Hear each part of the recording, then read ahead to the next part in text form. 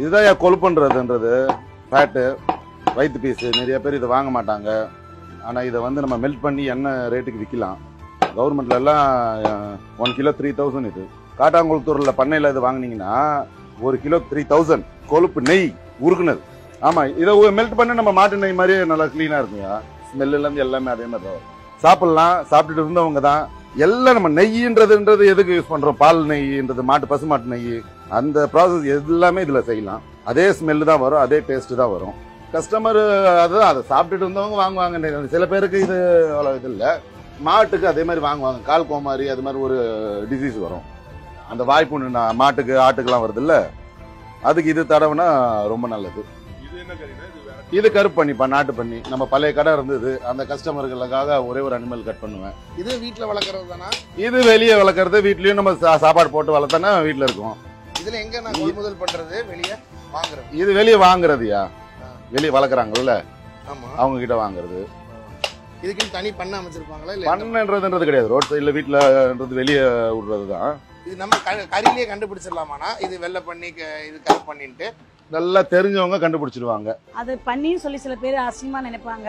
பண்ணியும் அழகுதான். அதனால அது மணிக்கு இந்த மணிக்கு அழகா அதுக்கு பண்ணி வச்சோம்னா எந்த பொருளுமே அழகா வச்சுக்கிற விதம் தானே. என்னோட தொழில் வந்து எனக்கு தெய்வம், அதனால செய்யும் தொழிலே தெய்வம்னு சொல்லி பழமொழியே இருக்கு இல்லையா? அதனாலதான் இதெல்லாம் நான் செஞ்சு அதுக்கு ஒரு பூ போட்டு இதெல்லாம் வச்சு ஆரம்பிக்கிறது என்னோட வழக்கமா வச்சிருக்கேன். அடுத்தவங்க எப்படின்னு எனக்கு தெரியாது, நான் என்னோட வழக்கமா வச்சிருக்கேன். என்னோட அதை செய்யறது எனக்கு ஒரு பிரியமாவும் இருக்கும். ரெண்டாவது அது மற்றவங்க பாக்குறதுக்கு ஒரு அட்ராக்ஷனாவும் இருக்கு இல்லையா? இது ரெண்டும் ஆன் பண்ணி தான். ஆனா நான் வந்து அதுக்கு அப்படி வச்சிருக்கேன். ஒரு பெண்ணால, ஆமா, நான் ஒரு பெண்ணால அதுக்கு ஒரு பெண்ணா வச்சிருக்கேன். ரெண்டாவது அது வெறுமனையா இருந்துச்சுன்னா, கிளீன் பண்ணதுக்கு அப்புறம் பாத்தீங்கன்னா வெறுமனையா இருந்துச்சுன்னா அது வந்து முழுன்னு ஒரே மாதிரி கண்ணு எது மூக்கு எது, மூக்கு தான் நீட்டமா தெரியும், கண்ணு எது நெத்தி எதுன்னு தெரியாது. இப்ப அது மணிக்கு ஐப்ரோ இந்த இது ஐலைனும் போட்டு விட்டோம்னா அது பார்க்க இது கண்ணு இது பார்க்க தெரியும், பார்க்க அழகாவும் இருக்கும். அதுக்காக தான் அதை செய்யறது. இதை நீங்க எல்லாம் பண்ணி கரெக்டா முகப்புல வச்சிருக்கீங்களா? அதுக்கான காரணம் என்ன? அதான் அட்ராக்ஷன் தான். 10 பேர் பார்ப்பாங்க, பார்க்கும்போது அவங்களுக்கு ஈர்ப்பா இருக்கும். இது பன்னிக்கறிக்கடைன்னு நிறைய பேருக்கு தெரியும். ரெண்டாவது பன்னின்னு சொல்லி நிறைய பேர் இழிவா நினைக்கிறாங்க இல்லையா? ஓ, பன்னியை கூட இப்படி அழகா வச்சுக்கலாமா அப்படின்னு சொல்லி அவங்களுக்கும் தோணும் இல்ல. அதுக்குதான் பன்னி அசிங்கம் இல்ல, அழகு. அப்படி அழகுதான், பன்னியும் அழகுதான். எந்த பொருளுமே அழகுதான், நம்ம வச்சுக்கிற விதம் தான். தலை கேட்கிற மாதிரி இந்த கால் அந்த மாதிரி சம்திங் ஏதாவது இருக்கா? இல்ல காலுக்கு ஒரு சில நேரம் நெல் பாலிஷ் தான் வைப்பேன், டைம் கிடைக்காதனால வைக்கல. இப்போ இந்த இது இப்ப இந்த 2 பன்றி தான், இது 2 தலை. ஆமா, இன்னைக்கு 2 அனிமல் கட் பண்ணினால 2 தலை. 3 இருந்துச்சுன்னா 3க்குமே. ஆமா, 3 தான் 3க்குமே வைப்பேன். இன்னைக்கு 2 அனிமல் கட் பண்ணனால 2 வச்சிருக்கேன். 2 இது வச்சிருக்கீங்க. இப்போ இவ்வளவு அழகா பொட்டு வச்சு பூ வச்சு எல்லாம் இது பண்ணும்போது இதை ஒருத்தங்க வாங்க வருவாங்கல்ல? ஆமா. அப்ப ஏதாவது ஃபீல் ஆகுமா உங்களுக்கு? இல்ல, அப்போ எனக்கு வந்து அப்படி ஃபீல் ஆகாது. ரெண்டாவது சேல்ஸ் ஆயிடுச்சுன்னா, சேல்ஸுக்கு தான் அது வச்சிருக்கிறது. அது இருக்கத்தனைக்கு இப்படி வச்சுக்கிறது அழகா. சேல்ஸ் ஆயிடுச்சுன்னு சொன்னா அதெல்லாம் எடுத்துட்டு அழிச்சிட்டு துணி வச்சு அழிச்சிட்டு தான் அப்புறம் நான் கட் பண்ணி கொடுப்போம். அதுல என்னென்ன பொருள்லாம் இது வேண்டான்னு இது பண்ணிடுவாங்க வெட்டும் போது? அது வெட்டும் போது வேணான்னு சொல்றது வந்து பல்லு எடுத்துடலாம். அதுக்கப்புறம் அது மண்டைக்குள்ள ஒரு ஓடு மணிக்கு இருக்கும்ல, ஸ்கல் இருக்கும் இல்லையா, நம்மளுக்கு இருக்குல்ல ஸ்கல், அது போல இருக்குது இல்லையா, அது வேஸ்ட்டாக எடுத்துவாங்க. சில பேர் பிரெயின் வேணும்னு கேட்பாங்க, சில பேர் பிரெயின் வேணாண்டுவாங்க.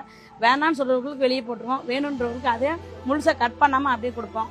அவங்க வீட்டுல போய் அதை கட் பண்ணி முட்டை பொடி மாஸ் பண்ணிக்குவாங்க. அப்படி இருக்கும். ஆமா, ஆட்டு மூலனாலே அது வேற ஒரு டேஸ்ட் இருக்கும்பாங்க.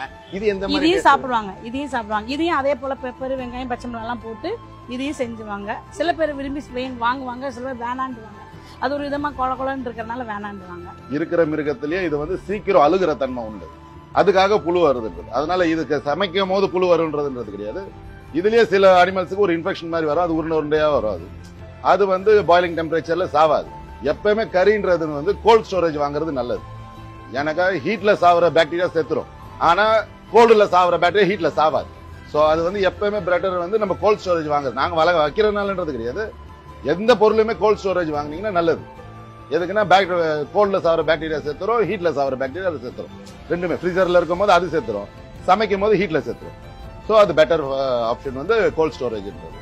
நல்லா ரொம்ப தெரிஞ்சவங்க கோல்ட் ஸ்டோரேஜ் தான் வாங்குவாங்க.